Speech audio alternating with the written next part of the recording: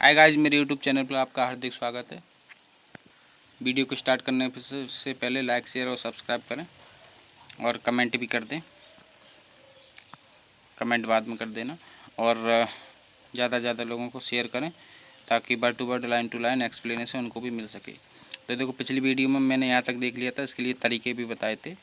और पिछली वाली वीडियो में जो मैंने कहा था कि HCG, HPL और रिलैक्सिन ये हार्मोन हर हालत में निकलते हैं, तो इससे ज़्यादा अच्छा कहना हर हालत की वर्ड की जगह कहना ये ज़्यादा अच्छा है कि HCG, HPL और रिलैक्सिन हार्मोन तो केवल प्रेगनेंसी के समय निकलते हैं।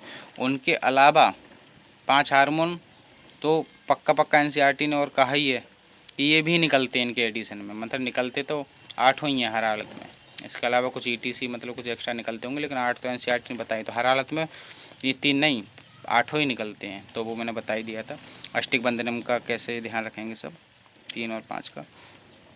बस इसलिए मैंने ये बोल दिया था कि मैंने पिछली वीडियो में 3 को ही हर हालत में बोल दिया। 3 को ही हर हालत में नहीं, 5 ही हर हालत में निकलते हैं ना, क्योंकि एडिशन भी बोल दिया है ना साथ में उसने कि इन 3 के अलावा एडिशन में 5 और भी निकलते हैं।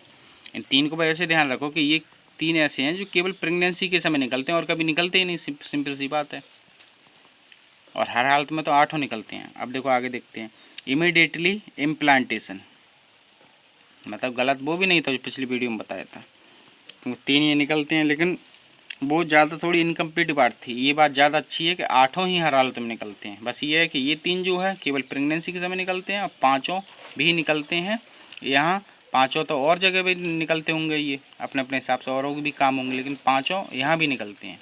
और ये 3 केवल प्रेगनेंसी के समय ही निकलते हैं। तो बाकी खैर हो गया सब।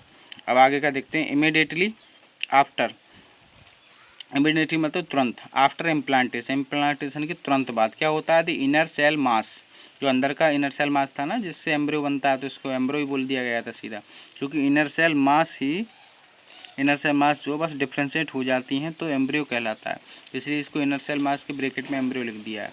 डिफ्रेंशिएट होती हैं किस में?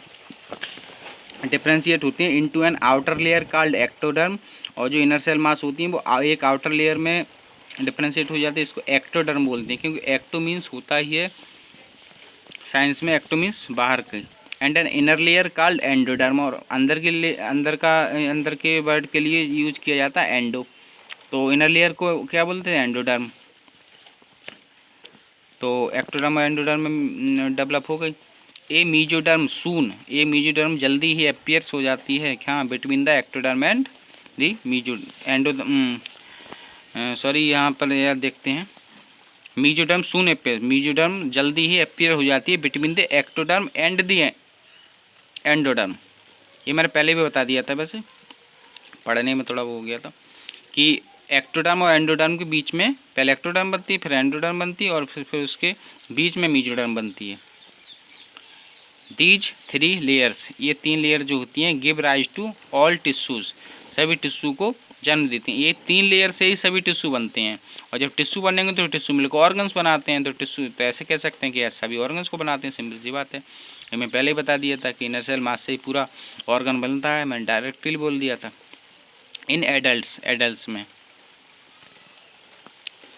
It needs to be mentioned here that, ये बात यहाँ ये कह रहे हैं कि इस बात की आवश्यकता है यहाँ ये बताने की कि that the inner cell mass contains certain cells, कि इनर सेल्स मास में कुछ ऐसी कोशिकाएं भी होती हैं, सर्टेन कुछ निश्चित ऐसी कोशिकाएं भी होती हैं, कॉल्ड स्टेम सेल्स, इसको स्टेम सेल्स बोलते हैं, विच हैव द पोटेंसी, जो कि एक ऐसी अपने में पावर रखती है, पोटेंशियल रखती हैं to give rise to all the tissues and organ, जो कि सभी प्रकार के ऊतकों और सभी प्रकार के अंगों को गिव राइज मतलब उत्पन्न कर सकती हैं या बना सकती हैं।